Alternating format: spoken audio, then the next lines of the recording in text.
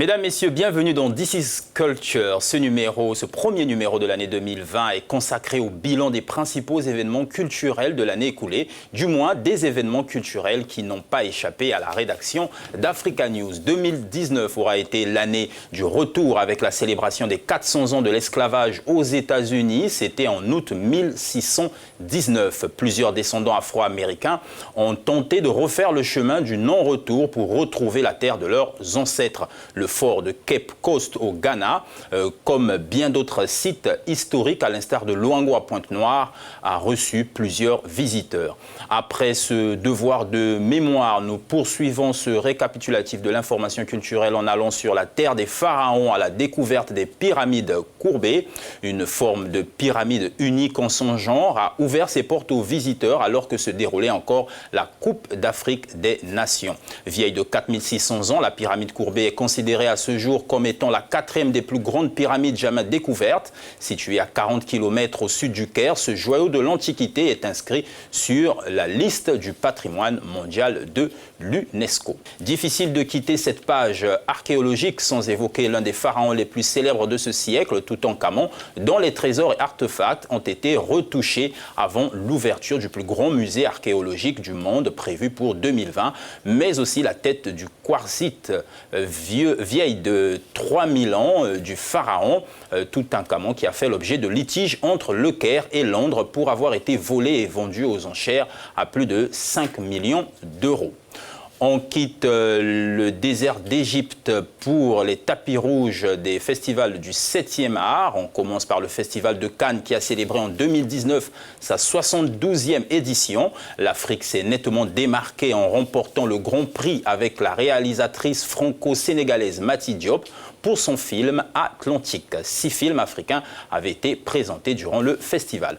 Le cinéma africain était aussi au rendez-vous au Burkina Faso au mois de mars avec l'un des plus grands rendez-vous cinématographiques sur le continent, le Festival panafricain du cinéma et de la télévision de Ouagadougou qui a célébré l'année écoulée son cinquantenaire. Les Talons d'Or a été remporté par le réalisateur rwandais Joël Karkezi pour son film The Mercy of the Jungle.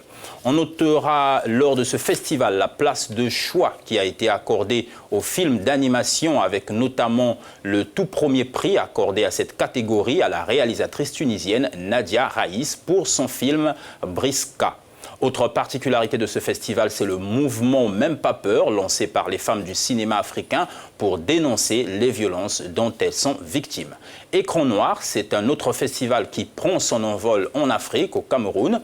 À noter aussi cette année le cinéma congolais qui peu à peu renaît de ses cendres avec le film Jolie de Glad Amog Lemra. Le réalisateur congolais avait reçu le prix du meilleur film au festival de Ouida au Bénin avec Entre le marteau et l'enclume, ainsi que d'une mention du jury au Festival panafricain de Cannes. Dans le même sillon, nous pouvons évoquer Alcine et Doria Lembe nominés au Sotigui au Burkina Faso, Michael Gondo nominé pour le prix du meilleur documentaire au Festival de court-métrage du Togo et Richie Bembele avec Positif sélectionné au FESPACO, Écran Noir et Festicab au Burundi.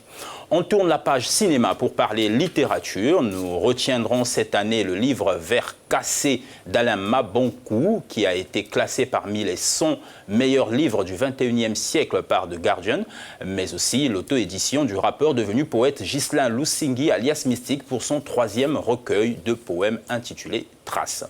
Cette année aura aussi été l'année du retour des bandes dessinées et super-héros africains. On a ainsi assisté au Comic-Con en Afrique du Sud pour sa 2e édition ou au Kenya avec le concours de Cosplayers. De la musique, énormément de choses à dire, mais on retiendra les 40 ans des Kassav, ce groupe mythique antillais qui a gagné le cœur des Caraïbes et du continent africain depuis les années 80. La bande à Jacob Desvarieux a célébré ses 40 ans d'existence à Paris, en France. Mais aussi leurs doyens d'âge, les Bantous de la capitale, qui eux ont fêté leurs 60 ans d'anniversaire en 2019. Ce groupe de la République du Congo, c'est l'un des plus vieux groupes encore sur scène sur le continent africain. Et on se quitte en beauté avec la Miss Univers qui nous vient d'Afrique du Sud. Elle s'appelle Zozi Bini Toundi. Beaucoup de choses à dire encore sur le plan culturel, mais comme vous le savez, l'information continue sur africanews.com.